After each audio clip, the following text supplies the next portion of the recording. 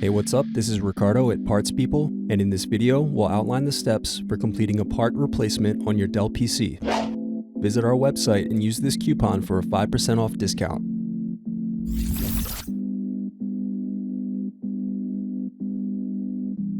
First, you're going to unlock and lift battery out of laptop.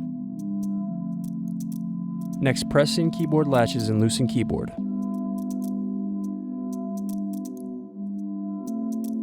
Then unplug and remove keyboard. Thanks for watching. Don't forget to like and subscribe if you enjoyed this video. And if you need more, check out this playlist to watch other tutorials for your laptop. You can also click here to find parts for your laptop at partspeople.com.